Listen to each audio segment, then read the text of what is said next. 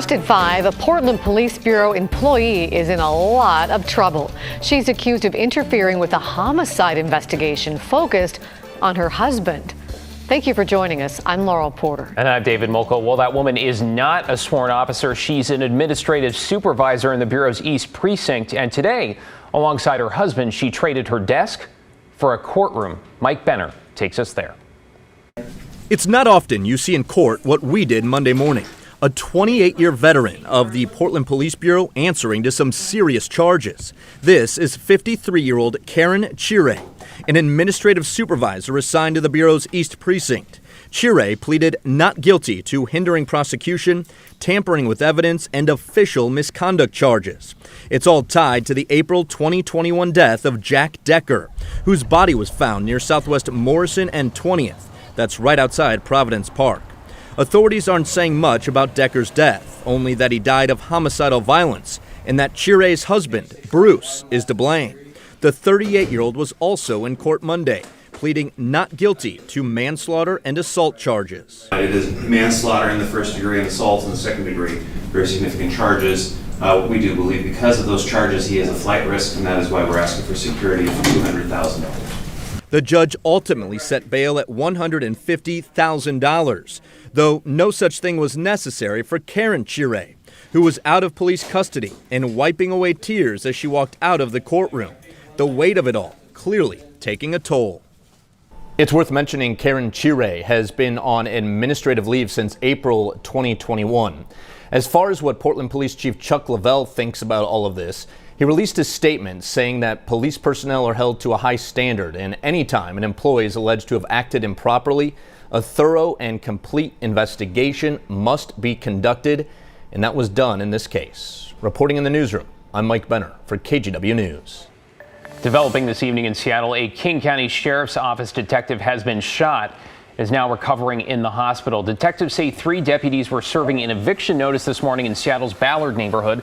They say after making contact with the suspect, shots were fired and 1 deputy was hit in the upper torso. 2 deputies also fired their guns. Authorities say the suspect barricaded himself inside the home and was later found dead. Now, the injured detective has not been publicly identified, though investigators say he's been with the sheriff's office for 25 years. At one point, the deputy was in critical condition, though he's now considered stable. Vancouver police are looking for a mother and daughter who've been missing now for more than a week, and they believe there is a criminal element at play here. 27-year-old Michelle Melendez and her 8-year-old daughter, Layla Stewart, were last seen on the morning of Sunday, March 12th in the 7700 block of Vancouver Mall Drive. Police found Michelle's car yesterday near that location. Now, according to probable cause documents, Michelle's boyfriend, Kirkland Warren, was arrested and charged for domestic violence, an incident from this past December.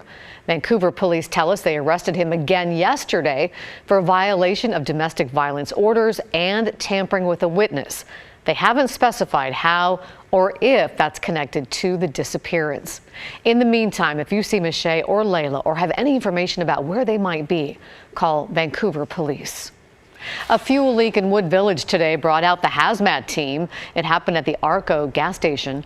Gresham Fire says they shut off power to the station to avoid any ignition. The leak was contained to the property and cleanup is now underway. Let's take you to Portland's Laurelhurst neighborhood now, where less than 10 days after someone went on an overnight smashing spree in the Foster Powell area, a dozen neighbors here a few miles to the northwest also woke up to shattered vehicle windows. Bryant Clerkley joins us now near the west end of Laurelhurst Park. And Bryant, what a way to start a Sunday morning. Yeah, it's crazy, David. Take a look at this car right here. You can see a smashed out window and some of those glass pieces on the ground. This is Southeast 32nd Avenue. Several cars were smashed just like this, and police say this happened between 4 p.m. on Saturday and 9 a.m. Sunday. Authorities say it seems all these smash and grabs were done by the same person because of how close they all happened to each other. This senseless crime has cost John Poteet more than $200, and he has no choice but to park his truck on the street. Nothing was stolen and his car alarm did not go off. This is the second time someone has broken into his car in 6 months. A neighbor called and said, hey, all the cars got broken into out here. It looks like there was about 14 of them. They just came down through, smashed out the window, the passenger side window on every one of them.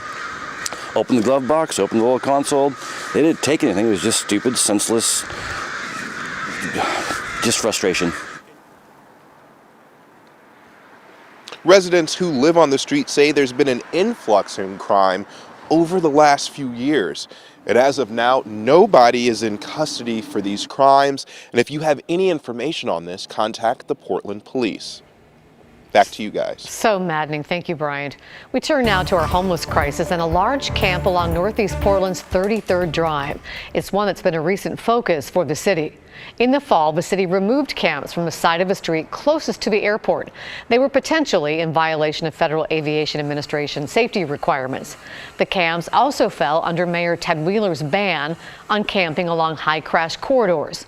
Now, 6 months later, those campers are back and waiting for the day they're told to move again. I own that gray van right there. I own, this is gonna be my truck and my trailer. That van's mine. That Nissan 4x4 is mine. The motorhome's mine. The two vans in front of mine and the motorhome across the street is mine. And it worries me, and I wonder why they haven't come by and made everybody move. A spokesperson for the city says they're working with the Port of Portland to determine the next steps in this cleanup. Their goal is to have it cleared in the coming weeks. In Tigard, drivers along a stretch of Hall Boulevard are seeing some changes. Now, just this morning, ODOT reduced the speed limit on a section where a woman was struck and killed last year. Daisy Caballero takes a look at what else is in the works. Well, the speed limit is really one of a series of safety improvements that are coming to this section of Hall Boulevard. ODOT has reduced the speed limit from 40 down to 30 miles per hour on Hall between 92nd and Pfaffel after the city of Tigard requested the reduction. It's all part of a $4 million project to make Hall safer for pedestrians, cyclists, and those living on the stretch. This road is growing. There's more people around in here. We need to make sure that this section of road slows down and is safer. It's going to be better for everybody. Hamilton says ODOT looks at the roads and traffic crash data when making a speed reduction, but fatalities play a huge factor in making these safety changes and is behind this one. The speed reduction also comes a year after a hit and run killed 57-year-old Karen Kane and seriously injured her 86-year-old mother off Lucille and Hall Boulevard, where, as you can see behind me, the memorial still stands. Neighbors off Hall Boulevard say they're happy to see some changes being made, even if it's a small speed reduction. It's a great neighborhood, so, glad they're taking care of it. Trevor Woods says he likes to walk with his daughter whenever he gets a chance, and their walk route includes crossing Hall Boulevard. So I think people mind their manners for the most part, but 40 to 30 is not going to harm this place and keep it a little safer for us walking, riding bikes and all that stuff. So ODOT and the city of Tigard have a few other safety projects in the works that include adding rectangular rapid flashing beacons and curve ramps to increase safety along the stretch in the coming years. The city of Tigard has also been working to lower the speed limit for residential streets from 25 down to 20 as part of its Safe Streets initiative. Reporting in Tigard, Daisy Caballero, KGW News.